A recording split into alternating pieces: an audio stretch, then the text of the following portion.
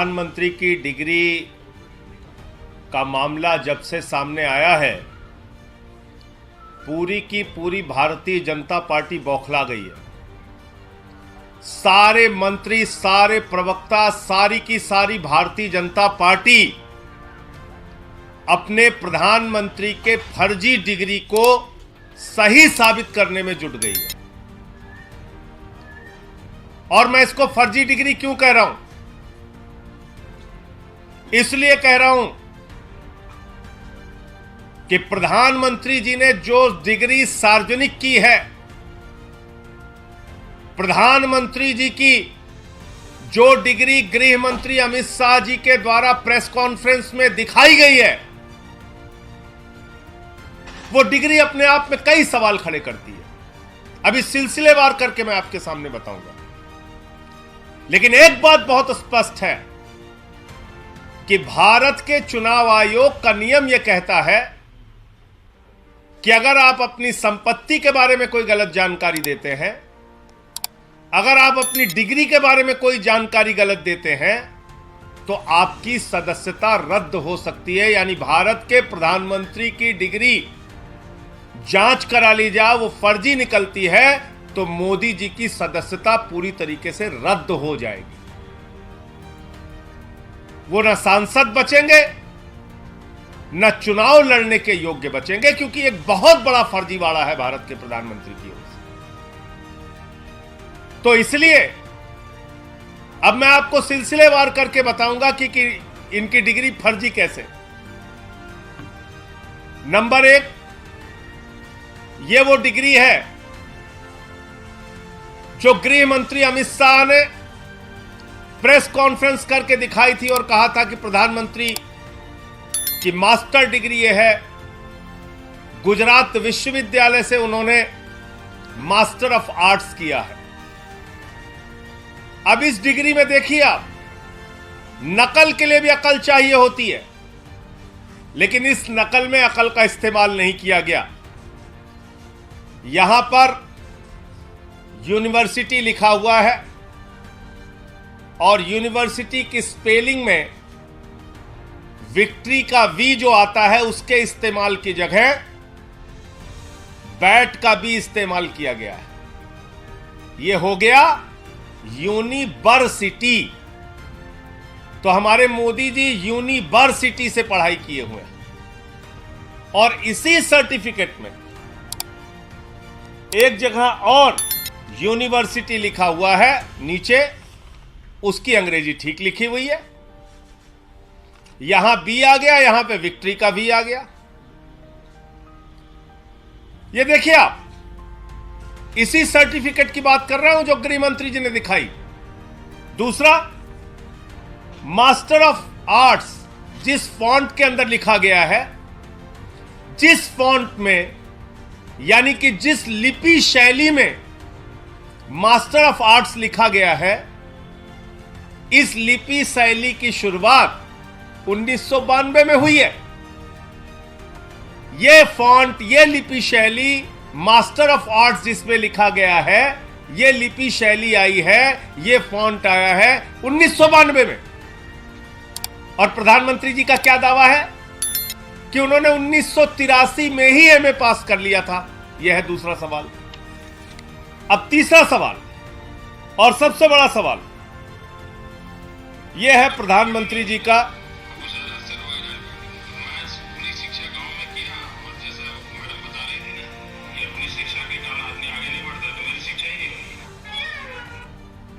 तो ये प्रधानमंत्री जी का वक्तव्य है, मेरा नहीं, माफ कीजिएगा। यह किसका वक्तव्य है? भारत के प्रधानमंत्री आदरणीय नरेंद्र मोदी जी का वक्तव्य है, मुख्यमंत्री गुजरात बनने के बाद। आज मेरा सिर्फ एक सवाल है मीडिया के माध्यम से, और भारतीय जनता पार्टी के किसी भी नेता में अगर साहस और हिम्मत है तो जाकर प्रधानमंत्री जी से इस सवाल का जवाब पूछ के बता दीजिए। सवाल क्या है? 79 में और 78 में अगर बैचलर डिग्री दिल्ली विश्वविद्यालय से प्रधानमंत्री ने कर ली, 1983 में मास्टर ऑफ आर्ट्स की डिग्री गुजरात विश्वविद्यालय से कर ली।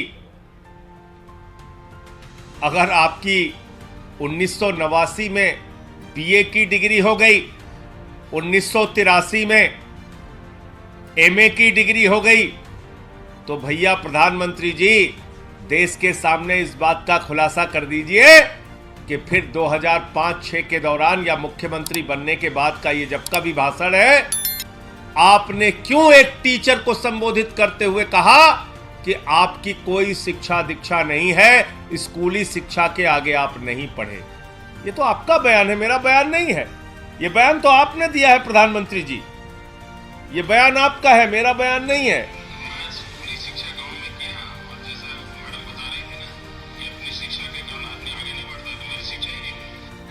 मेरी शिक्षा ही नहीं हुई, ये नरेंद्र मोदी जी गुजरात के मुख्यमंत्री बनने के बाद कह रहे हैं एक टीचर को संबोधित करते हुए। तो भैया जब आपने 79 में बीए कर लिया, 83 में एमए कर लिया, फिर 2005-6 में आप क्यों झूठ बोल रहे हैं? इसका मतलब ये सच बोल रहे थे मुख्यमंत्री रहते हुए, जो उन्होंने कहा वो सच था, वो सच था। उसके पहले के जो उनके डिग्री के खुलासे हैं वो झूठे हैं, गलत हैं। और इसी तरीके से उन्होंने यूनिवर्सिटी से पढ़ाई की, इंटायर पॉलिटिकल साइंस में यूनिवर्सिटी से पढ़ के आए मोदी जी। तो इसलिए गुजरात हाई कोर्ट का जो फैसला आया वो अपने आप में बड़ा ही चौंकाने वाला है, हास्यास्पद है कि सीआईसी ने ऑर्डर दिया था डिग्री दिखाने के लिए, गुजरात का विश्वविद्यालय गया हाई कोर्ट में कि डिग्री ना दिखाई जाए, और गुजरात के हाई कोर्ट ने जुर्माना कर दिया अरविंद केजरीवाल जी के ऊपर, जिसका कोई लेना देना नहीं। वो गए भी नहीं अपील में। तो इसका मतलब दाल में काला नहीं, पूरी की पूरी दाल काली है। और नकल के लिए भी अकल चाहिए, उस अकल का भी इस्तेमाल ये डिग्री दिखाते समय नहीं किया गया है।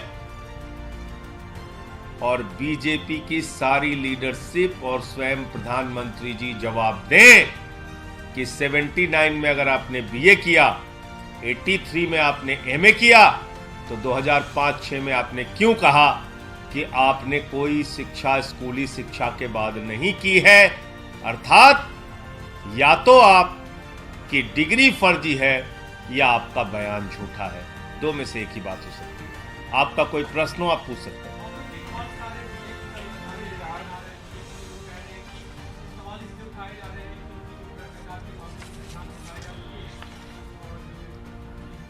देखिए, भ्रष्टाचार के मामले में क्या बोला जाए? भ्रष्टाचार तो मोदी जी के साथ आसमान में घूम रहा है। इस भ्रष्टाचार का जवाब कौन देगा? यह भ्रष्टाचार जो आसमान में घूम रहा है, अडानी वाला, जिसमें आराम से लेटे हुए हैं मोदी जी, कह रहे हैं लूट ले बेटा लूट ले, सारा हिंदुस्तान लूट ले। देखिए आप, ये तस्वीर भूल गए आप? ये अडानी की तस्वीर है। अपनी राजनीतिक सत्ता को बचाने के लिए नरेंद्र मोदी जी ने अडानी के माध्यम से अपनी आर्थिक सत्ता खड़ी की और एक ही व्यक्ति को कोयला दे दिया, गैस दे दिया, बिजली दे दिया, पानी दे दिया, सड़क दे दिया, स्टील दे दिया, सीमेंट दे दिया, सीपोर्ट दे दिया, एयरपोर्ट दे दिया, आकाश से पाताल तक सब कुछ दे दिया, 2.5 लाख करोड़ का कर्जा दे दिया, 86,000 करोड़ का कर्जा माफ कर दिया। और उस अडानी ने क्या किया? 38 फर्जी कंपनियां दुनिया के तमाम देशों में अपने भाई के साथ मिलकर खोली। अकेले एक पते पे 6 कंपनी खोलकर मॉरिशस से 42,000 करोड़ रुपए अडानी की कंपनी में लगाया गया। ऐसे लाखों करोड़ रुपए का घोटाला और भ्रष्टाचार और काला धन अडानी की कंपनी में लगा है, जिसके हवाई जहाज में बैठकर भारत के प्रधानमंत्री घूमते हैं। आज तक इस घोटाले पर जेपीसी क्यों नहीं बनी? सारी की सारी पार्लियामेंट की पार्टियां एक स्वर में मांग कर रही हैं, जेपीसी बनाओ, जांच तो कराओ। जांच नहीं कराते क्योंकि घोटाले में भारत के प्रधानमंत्री और भारत की सरकार सर से पांव तक डूबी हुई है। यह है सच्चाई। और कोई प्रश्न हो आप? धन्यवाद।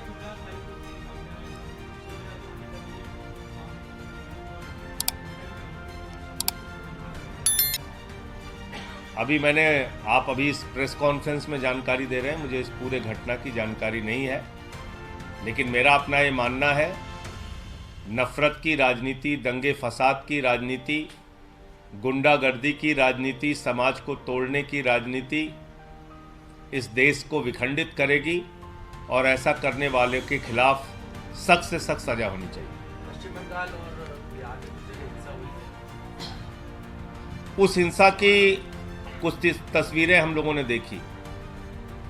पहली बात तो भगवान श्री राम की मर्यादा के विपरीत, उनका जो जीवन चरित्र था उसके विपरीत जाकर अगर हम रामनवमी के जुलूस में राष्ट्रपिता महात्मा गांधी के हत्यारे गोडसे की फोटो लेके घूमेंगे तो फिर ये बहुत बड़ा सवाल है हमारी व्यवस्था के ऊपर कि आखिर राष्ट्रपिता महात्मा गांधी के हत्यारे की तस्वीर का, गोडसे की तस्वीर का रामनवमी के जुलूस से क्या लेना देना? क्या प्रभु श्री राम ने यही हमें सिखाया है? यही उनकी मर्यादा, यही उनका आदर्श है। रामचरितमानस से हमें यही शिक्षा मिलती है जो रामचरितमानस कहता है, सब नर करहि परस्पर प्रीति, यानी कि सारे लोग आपस में प्रेम भाव से रहें। तो हम किस ओर बढ़ रहे हैं? क्या संदेश देना चाहते हैं? हिंसा करने वाले हिंदू धर्म के हों या मुसलमान धर्म के, किसी भी धर्म के व्यक्ति हों, किसी भी राज्य की हिंसा हो, उसके खिलाफ सख्त से सख्त कार्रवाई होनी चाहिए। और अभी तो सुप्रीम कोर्ट तक ने कह दिया, नफरत फैलाने वालों के खिलाफ जो लोग कार्रवाई नहीं करते, नफरत की भाषा बोलने वालों के खिलाफ जो कार्रवाई नहीं करती, वो सरकारें नपुंसक सरकार है। ये तो सुप्रीम कोर्ट की टिप्पणी आ गई है। अब तो मोदी जी को और बीजेपी वालों को शर्म करनी चाहिए। नफरत की बुनियाद पे देश आगे नहीं बढ़ेगा, मोहब्बत की बुनियाद पे आगे बढ़ेगा।